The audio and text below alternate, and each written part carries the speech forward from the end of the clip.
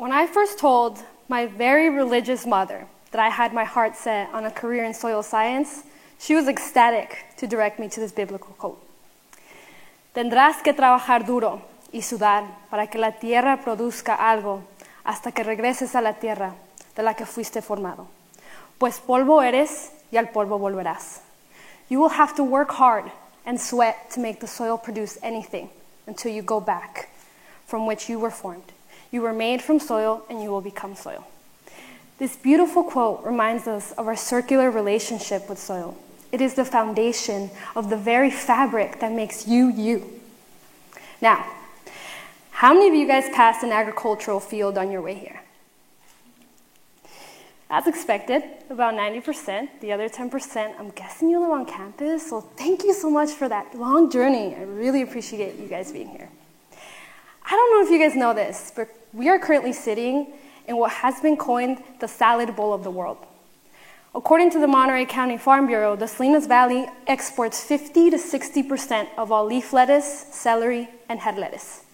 50% to the whole nation. That means that 50% of all salads going out to tables right now come from this little valley right here. 1 in every 5 households in Monterey County are sustained through jobs related to agriculture. We are sitting in a community that is so inherently intertwined with its main source of economy and its people. We also happen to be sitting in my home. I was raised right alongside the fields of lettuce and strawberry. I grew up watching the field go from green to dark green to brown, the brown being bare soil after harvest. Those who live here know that doesn't last long. Soon we see a new crop emerge. This is made possible through a symphony of mild climate, a strong workforce, groundwater availability, and rich soils. Once a swampland, our soils are teeming with an abundance of communities that make up nutrient content, texture, structure, and microbial activity, creating a hotspot for the success of our year-round production systems. Through diving deeper into research and the understanding of soil health, I have been introduced to the dynamic world that is the biological side of it. We're talking fungi, bacteria, bugs, microbes. These tiny microscopic organisms are currently in our soil, eating up all that organic matter, pooping it right out, nurturing the top layer of our soil, creating the perfect home for a seed to go in there and turn into a nutritious, delicious red tomato or a lettuce head in our case.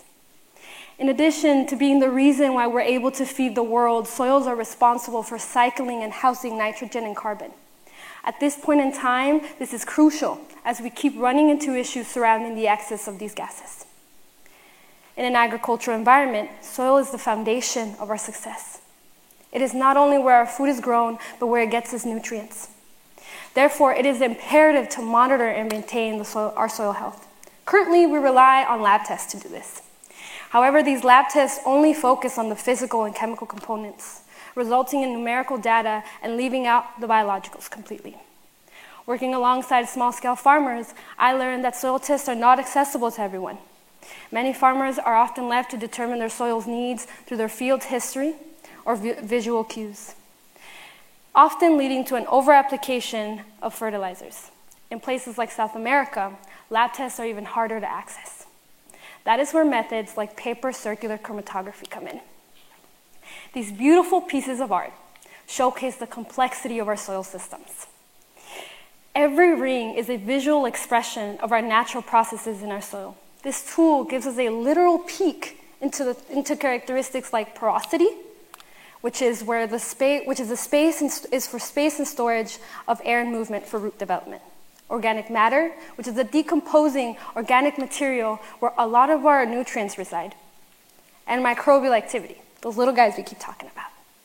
Instead of the numerical data that we get from lab tests, these chromas give us visual results that communicate on a wider level of understanding. With methods like PCC, we give ourselves better tools to deeper understand and sustain our already so effective soil systems. As I continue to pursue my career in soil science, I and others are actively working to find ways to correlate what we see through these tools in order to read and translate the needs of our soils. so that they can keep providing for us. Now, what would happen if the knowledge of these soils was all of a sudden accessible to everyone? On a large scale, this would mean a collective of communities supporting our soil systems, which in turn would enhance its ability to house more of those gases, more of those seeds, and employ more of our communities for present and future generations. For our little bay, the introduction of this tool would complement traditional lab tests, providing us with a more comprehensive view of our soils. This in turn would lead us to a reduced reliance on pesticides and amendments. Because when we consider all the components that make up a healthy soil, the soil will take care of us. My hope for the future is that with methods like paper circular chromatography, we will understand and care for our soils based on a give and take approach. We are sitting in a beautiful place with its soils bursting with opportunity for a new way to be understood. I encourage you to step outside, look down, and indulge in the knowledge that you are created from one of the most generous systems on our planet. In order to keep that, we must carefully and strategically care for that which feeds us.